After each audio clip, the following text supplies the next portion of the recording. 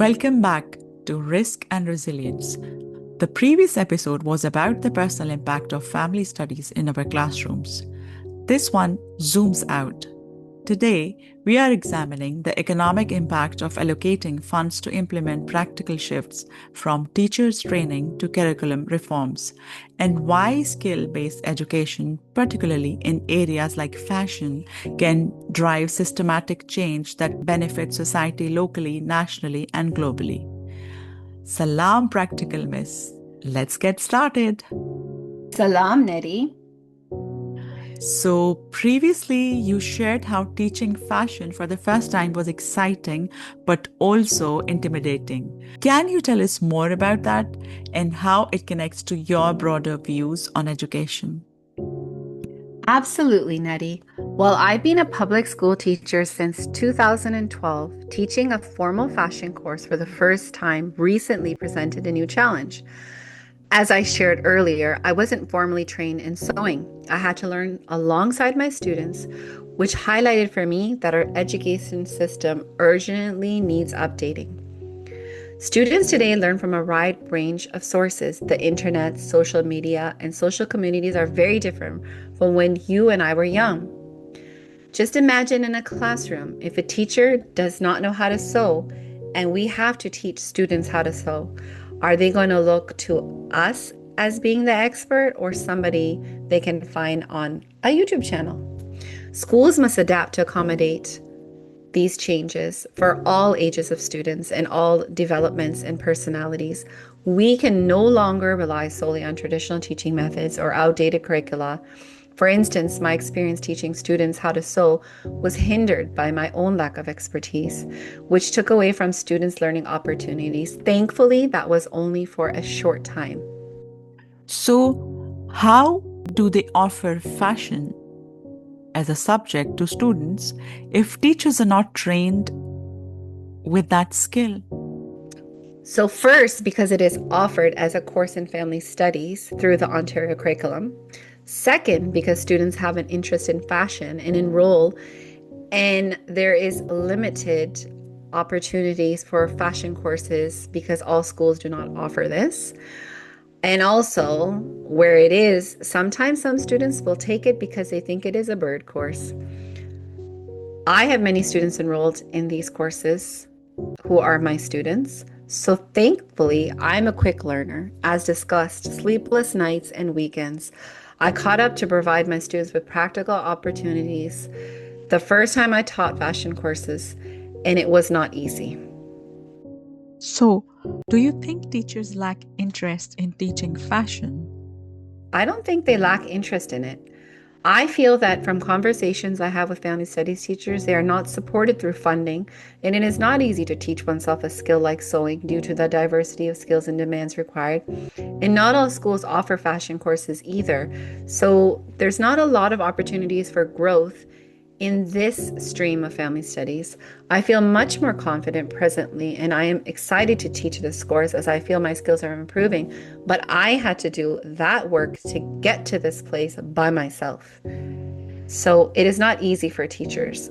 That's excellent, and it shows your dedication as a teacher. But I wonder if the subject fashion is new in Ontario, why is the system not set up to support family studies courses? Oh, no, no, no. It's not that it's not new. It's been around for a while. Um, it was more commonly known as home economics. Family studies have been around for a long time. However, it is not valued the way it should be, at least in my opinion. I believe due to a lack of awareness and knowledge about its value to society, including our economy and social systems. As a seasoned educator and education consultant, I strongly believe it's time for a living system. A system responsive to the needs of students and teachers and capable of allocating resources, funding, and training effectively so that family studies courses like the World of Fashion will be valued and it is going to be something that we can look forward to as students and teachers. So, when you say a living system, how would that work in practice, especially for programs like the World of Fashion?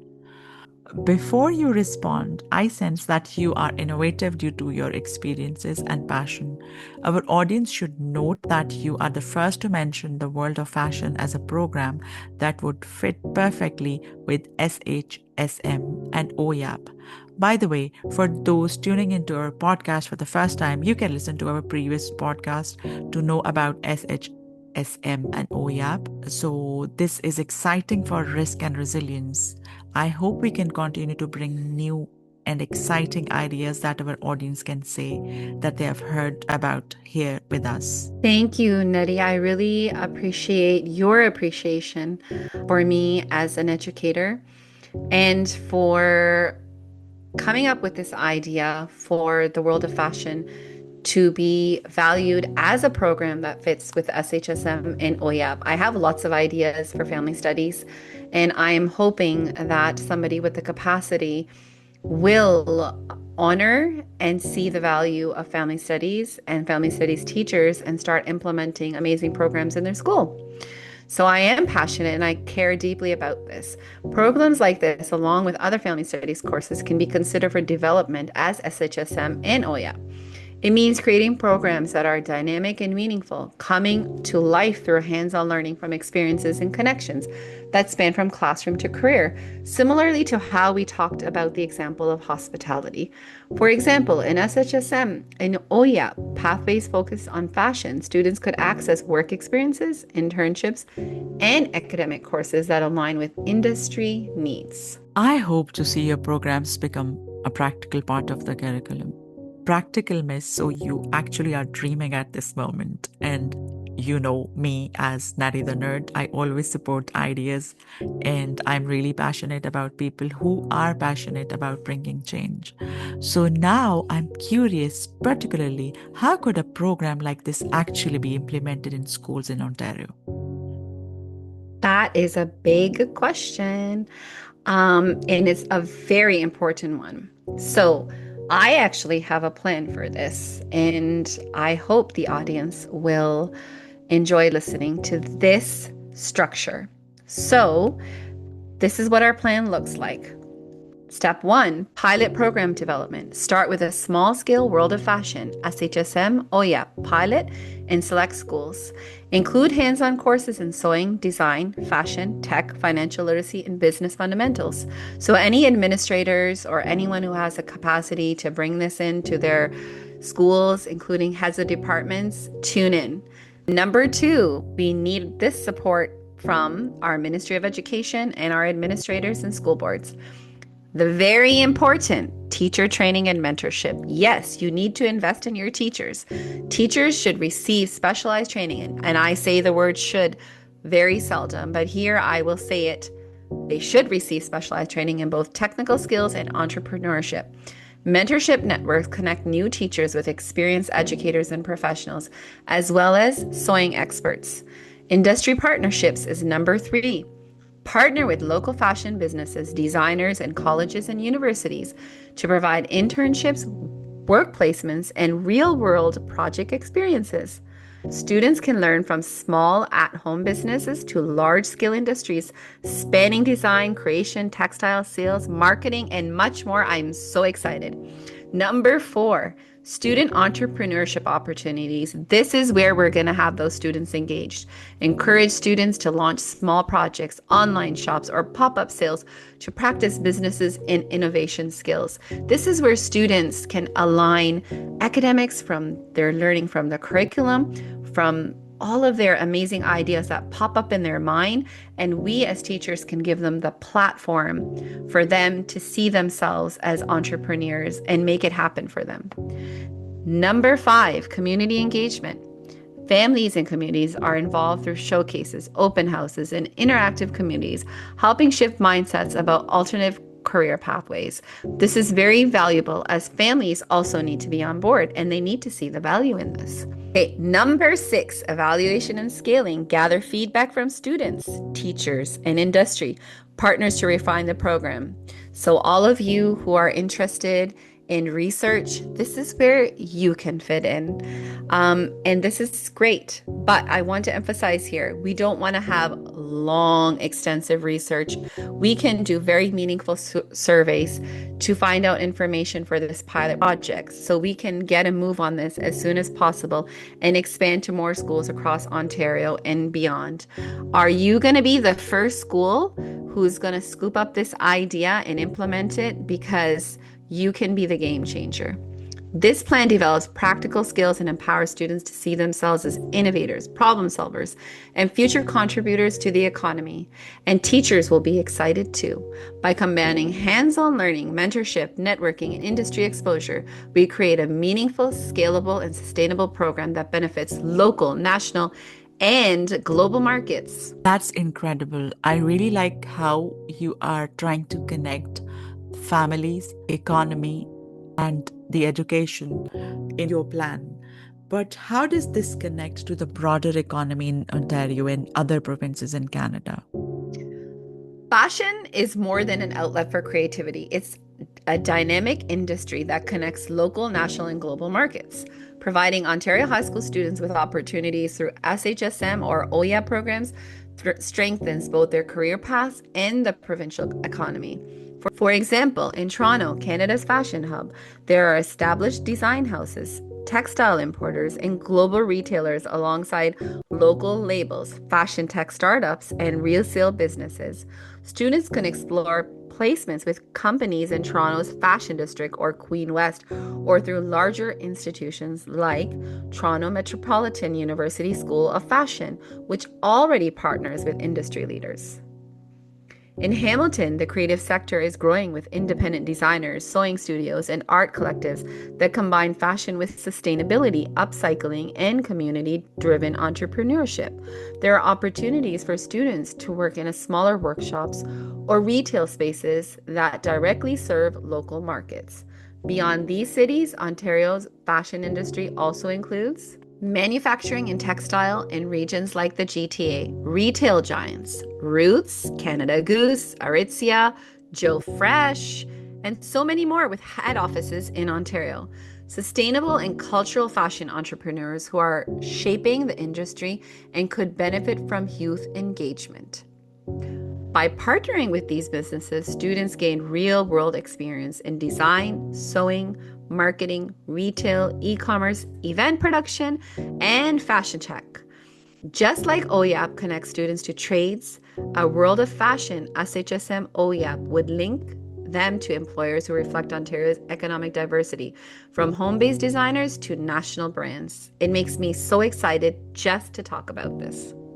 By the way, I'm surprised that you are the first one who is talking to set up and support fashion as a sector in SHSM and OYAP. I'm also surprised that other people are not seeing the value in this. I've had many discussions in different schools that I've gone through about different family studies courses that have a potential to be a sector. Standalone sector is the important part in SHSM and OYAP. Many times I will hear feedback saying, oh yeah, well, students can take, for example, in hospitality as a sector, they can take food and nutrition, for example, but standalone family studies has a lot to offer, but it's not seen as a standalone sector, even in the foods. And also similar for World of Fashion. This not only is meaningful for workplace placements, but it also sparks entrepreneurship. Students could launch online shops, pop-ups, or sustainable fashion projects while still in school, building skills for future employment or self-employment. When high school students connect with the fashion industry, it's a win-win. Students, they gain hands-on training, mentorship, and awareness of career paths. Employers access emerging talent and fresh perspectives. Communities benefit from creative, innovative young people contributing to the local economy. And teachers also gain confidence and are respected and honored for the amazing work that teachers do. In the long term, these students won't just see fashion as a hobby, but as a professional pathway, one that contributes to Ontario's economy while also competing globally. The industry requires not only creative designers, but also skilled technicians, supply chain experts, and business-minded professionals who can innovate and adapt. So you see, there is a connection to the economy. That makes sense. Can you walk us through an action plan so we can see your vision for this program and what it offers to both students and employers? Sure, let's look at it step by step for Ontario. This is a repeat of what I said earlier, but number one, skill development. Students in co-op gains hands-on marketable skills in fashion that could be design, digital marketing, retail management, or sustainable textiles. Number two, workforce readiness. Instead of waiting until after school to figure out things and have those big gaps, they can enter post-secondary education or the job market already confident and experienced. Filling gaps is number three. Ontario industries often struggle to find young workers with relevant training. Co-ops help close the gap, and so do internships, whether it's in fashion, tech, or healthcare. Number four, supporting local businesses. Students bring fresh ideas, energy, and digital skills to small businesses, boosting innovation and productivity. Number five, entrepreneurship. Some students launch their own fashion labels or creative ventures that builds new businesses, creates jobs, and contributes to Ontario's GDP.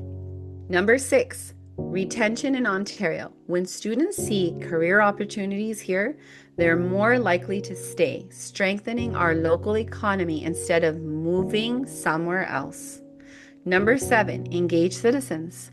Finally, motivated and confident young people contribute not just to work, but to their communities, which keeps Ontario vibrant and competitive.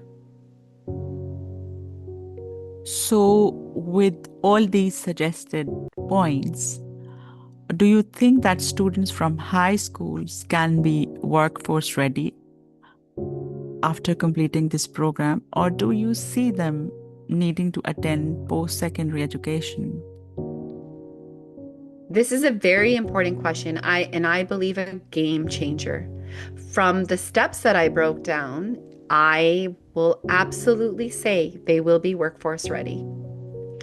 Not everyone wants to be in school forever, racking up debts at the start of their careers. Canada has so much more potential, especially for us Ontarians. It is time for that paradigm shift. Alternative career pathways in fashion can empower students by preparing them early for industry readiness, while also providing opportunities for advancement and growth, especially as it is essential to promote equitable access for students who may not have the opportunity to attend university or college because everybody does not have that privilege. I believe that students who are offered exceptional OYAP and SHSM programs can be well prepared for employment and advancement in their chosen fields. They don't always need to take a 4-year extra undergrad program in a university. They can have the skills in high school, and if they would like to do some advancement in university or college, they're going to always be welcome. These programs can be combined with business programs or other relevant courses at the college or university level. This could serve as a second phase of the pilot project I've recommended for schools interested in this initiative, so universities and colleges can also have a place in this. I hope I don't have to pursue my PhD to be credible with the backing of research to prove this. It's practical, and I, after all, am the practical miss. Okay, so I thought that you are already a PhD. You sound like a doctor. And I definitely see your vision for this program and appreciate its value. Thank you, Naddy. I'm just a miss, not a doctor yet. I always thought that students in first world countries like Canada are well supported to be well planned for their future, at least through the education system. Again, I keep learning from conversations with you that challenges are everywhere. Students are struggling due to gaps resulting from a lack of opportunities. That's really sad. Yes, it is. And that is a common perception, Naddy, and it's not the full picture. Even in first world contexts, many students, particularly from refugee, immigrant, first generation, or low income families, often struggle the most. We have many policies and good ideas, but sometimes they're not executed properly or funding is not allocated properly. Too often, things become a mere checklist with no follow up. Sometimes it seems like there's not a clear purpose, or the purpose gets lost in politics. This might be a reason why students feel a lack of motivation. That is sad. And it's also a common perception, Naddy, and it's not the full picture. Can you provide examples of how that impact them? Especially, I'm interested in knowing how it affects the opportunities of refugee, immigrants, first generation or low income families, from the classroom to the career. I know we were discussing the economy today, but I believe there is a connection between learning about society and the economy, and I would appreciate hearing your perspective on how you see this program bridging those gaps. There are many perspectives, and I can only speak on my perspective from my lived experience, both personal and profession, because equity, inclusion, these are very heavy subjects, but they're important to talk about in terms of the economy. One perspective I think you might find interesting is that many families are unfamiliar with diverse career pathways and often only know about professions such as doctors or engineers. This lack of knowledge, combined with the fear of failure, limits children's ambitions. Students may struggle with emotional wellness, boredom, or disengagement when they don't see meaningful learning experiences or understand complex curriculum for subjects like math and science, especially if they struggle with the mainstream language or have gaps in learning. Some students may struggle to achieve the success needed in courses required to become a doctor or engineer. Despite their challenges, they are pursuing these courses in hopes of fulfilling their dreams. However, many of them may not have the potential to meet the criteria for acceptance into medical school or engineering programs, not because of their capability or intelligence, but due to the lack of opportunity. Now, you might be wondering, why am I talking about students and trying to become a doctor and an engineer, and what connection it is to our topic about bringing World of Fashion as a program for SHSM or OYAP.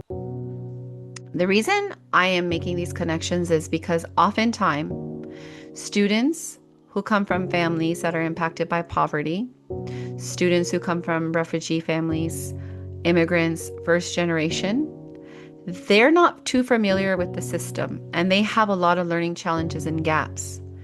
And many of them will still have the dream of becoming a doctor or engineer, but they don't have the courses with the grades.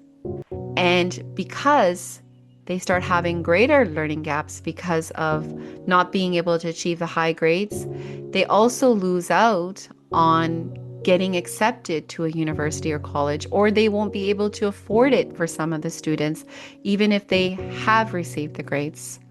So offering diverse range of programs that have hands-on experiences and work experiences where they can earn some money towards saving for college or university will help students who are struggling in high school. It gives them different perspectives, different ideas, things that they might not have even known about. And that's where we need to change the education system, is to see the value in engineering and doctors, because they're always going to be valuable and contributing to the society and very important. So I'm not saying that people should not want to be a doctor or an engineer anymore, because that would be unfortunate. We want people to dream big to be a doctor and engineer, but we also want people to be dreaming big and to become a fashion designer or a chef or any profession where they will have value and respect through their education system and the support. And so when they don't, and they don't see the value of it, or families don't see the value of it because they don't understand, because many of them come from countries that we call third world country, where only if you're a doctor and engineer can you survive and make a good earning. And so now we have lots of kids who are dropping out. We have lots of kids who are dropping out because of these reasons, or kids who are just bored because they don't want to take traditional courses that we all feel are important and valuable. And they are important and valuable, but they're not the only courses that are valuable. And so these are our realities. These are harsh realities, and especially people who migrate, who come with big dreams, with the mindset that they are going to be in the perfect first world. So that's really sad. And in my experience, I see that people generally often care more about students who excel in their academics and have ambitious goals.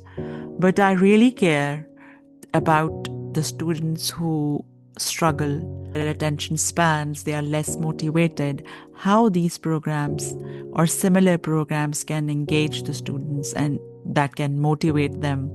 And as you say, they are bored, how these programs can help them having clear career goals. This is a very important question, and I hope I will be able to answer it respectfully, caring for diversity of our students from ages, different developments, from personalities, students who have IEPs, students who need an IEP and are waiting for an IEP. There is a diverse range of students at different developments and learning stages. And something that we often overlook, interests. Interest is very important. What are our students interested in? Are the programs that we are providing students interesting to them? Do they see value in them? Especially, again, this is why I'm going to go back to the lived system, where it needs to be changed from the managed systems, because with the internet, social media, students are learning from different mediums now. Even learning at home and valuing elders is changing. The dynamics of every form of learning is changing because there's so much information in our hands. And we need to be very thoughtful now in the education system. We need to be very caring and cognizant that there's a lot of information, and teachers are not going to compete as entertainers in the classroom. We really care for our students. We want to bring, and we need to bring, diverse range of opportunities for them. But it's not our job alone. We need the system to help us. And this is where programs like this, I feel, are going to be beneficial, because there are lots of students who, like you said, we don't speak about a lot. Our students who have special needs, developmental delays. And programs like this can be designed for a whole range of students with different learning abilities and disabilities. And it'll offer them a platform where they can get educated, to have skills, so they can earn for themselves and learn to become independent. And this is possible. I don't believe anything is impossible. This situation highlights the needs for updates to the bureaucratic systems in place to make them more equitable and inclusive for all students. And from my perspective, what I'm advocating for today, we must meet the needs to support student learning to help them reach their potential for success from the classroom to career. When presented with different options that align with their interests, skills, talents, and potential, they can achieve their full potential rather than being in difficult situations and struggling to succeed. And oftentimes, just to get a pass, they might do some fillers and they'll only pass. But is that helping our students? It's not really helping our students. And then we talk about the economy. The economy will be struggling more because we're going to have a bigger support system to help out students who are young now, but when they're going to become adults, if we still don't have a transitioning career path for them from the classroom to the career, what is going to happen then? We see a lot of the impact now in society. Through this platform, I hope to teach students and their families to be practical. So this is what advice I'll give to families. Until our systems have a big paradigm shift and you're offered programs where people see value the way the Miss practical does. As a family, you should learn about the different courses that are offered. You should explore with your child. You should ask them what their interests are. The curriculums for Ontario and worldwide are available on the internet. Open the curriculum documents. If you don't know English, ask for help from somebody and discuss what is available, what courses are available, and think about things. It's really important for us to have doctors, engineers, lawyers, teachers, plumbers, musicians, artists of all types, fashion designers. So, what is your child interested in? Where can you help them reach their potential? Where can they have the skills? We together as families, teachers, and the education system, we can do this. We can have a platform. And through this platform, like our podcast, we can at least start the conversation, inspire people who are listening. I hope to teach students and their families to be practical, as there are too many inequities and outdated systems that still favor those who may not be included. And sometimes this is the reality for many of us. That does not mean it is impossible, as I said. It just means you need to find a way to be practical. The practical miss, what you said, is so powerful.